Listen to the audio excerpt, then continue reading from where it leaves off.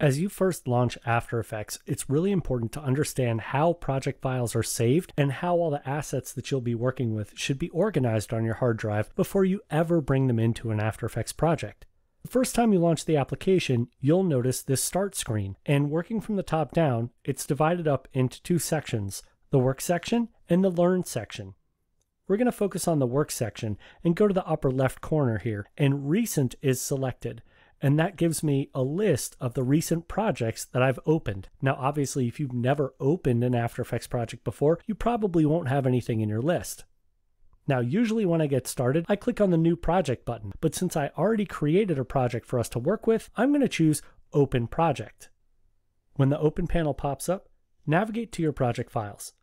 If you don't have these project files, you can feel free to follow along using your own assets. In the Open dialog box, let's look at our project files. Notice I have 4 different After Effects project files. And if you come over here on the right-hand side, you'll notice under the size that none of them are particularly large. In fact, they're less than a megabyte apiece. Let's continue to look at our project. I'll click once on the Open and Save Projects file, and then go to the lower right-hand corner and click the Open button to open that file. Now, as you can see, in this After Effects project, I've got quite a lot of things going on. If we just press the space bar, we can preview the animation.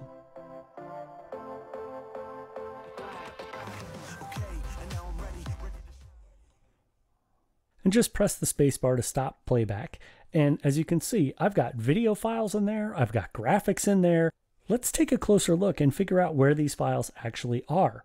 If we go to the upper left corner of the interface, there's this area called the Project Panel. Click once in the Project Panel to make it active. And I know it's the Project Panel because it says Project in the upper left-hand corner. This is the panel where you will import and organize all the assets that you'll be using in your different After Effects projects. When you build graphic builds like this, they'll be built in something called a composition, which is represented here in the Composition panel and down here in the timeline.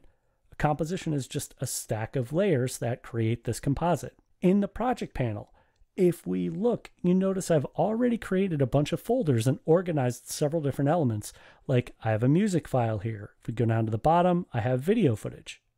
If you click on any one of these files, you'll get information at the top of the project panel showing you a little bit about that file. This is a video file. It should be larger than 1 megabyte.